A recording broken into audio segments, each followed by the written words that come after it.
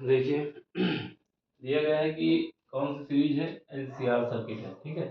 जिसमें इंडक्टेंस भी लगा हुआ है, जिसमें कैपेसिटर भी लगा हुआ है और जिसमें रेजिस्टेंस भी लगा हुआ है। ये सब सीरीज में लगे हुए हैं और इस पूरे कॉम्बिनेशन को एक एसी वोल्टेज से जोड़ा गया है। इसका voltage V is equal to कितना है, 200 साइन ओमेगा टी, यानी यहाँ पर 100 t दिया हुआ है,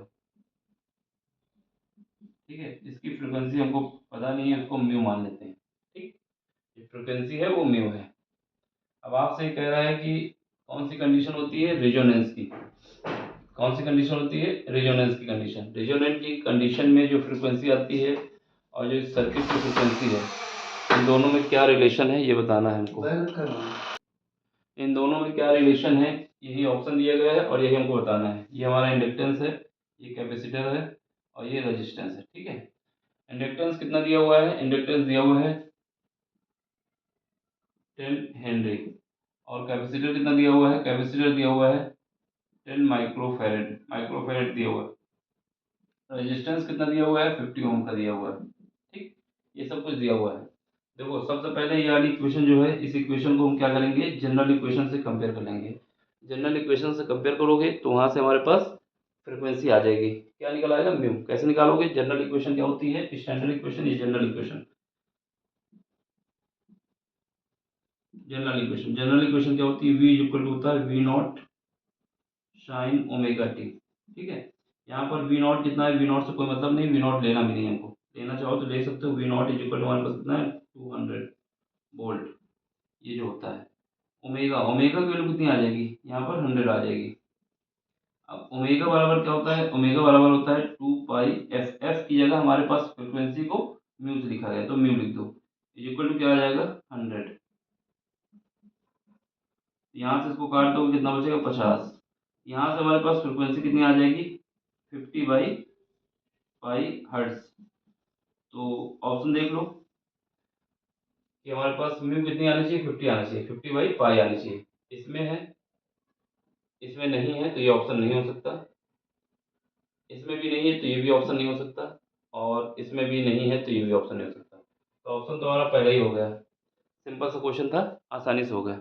लेकिन ये तो हमने निकाल लिया क्या, म्यू।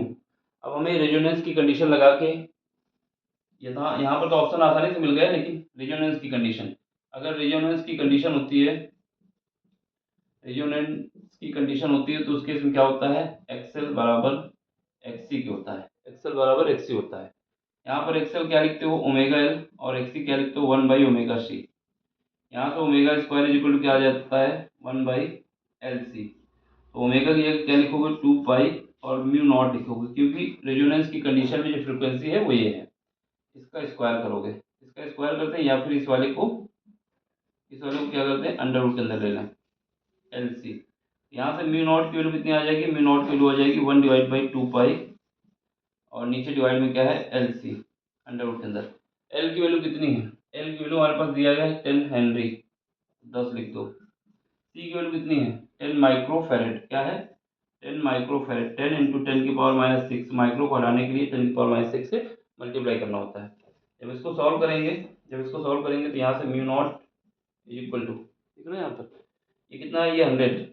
ये पावर 4 कम हो, यहाँ पर -6 है, यहाँ पर 2 हो जाएंगी, 2 कम हो जाएंगी। फिर उसके बाद इसका स्क्वायर रूट निकालोगे तो माइनस के 2 बचेंगी, लेकिन इसको ऊपर पहुँचेंगे तो 100 हो जाएगा। कितना हो जाएगा, 100 डिवाइड बाई 2 पाई। इससे इसको काट दो, कितना आ जाएगा, 50/पाई हर्ट्ज।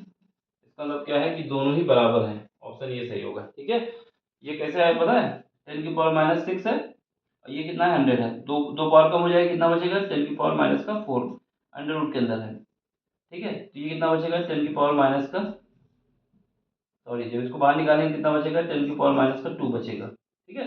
फिर उसके बाद ये 1/2 में था, तो 1/2 में था तो ऊपर जाएगा तो 100 हो जाएगा। फिर इसको काट के निकाल लेंगे।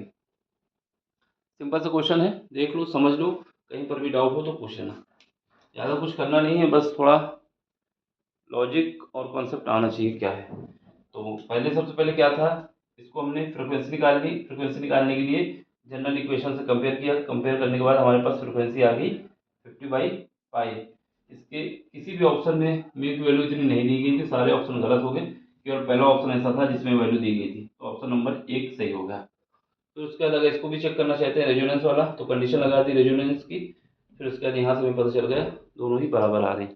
ठीक है, देख लो, समझ लो, स्क्रीनशॉट ले लो। बाकी कोई क्वेश्चन नहीं समझ में आता, टेलीग्राम में आइए, अपना क्वेश्चन भेजिए, उसको हम सॉल्व कर देंगे। ठीक, bye, take care, thank you for watching.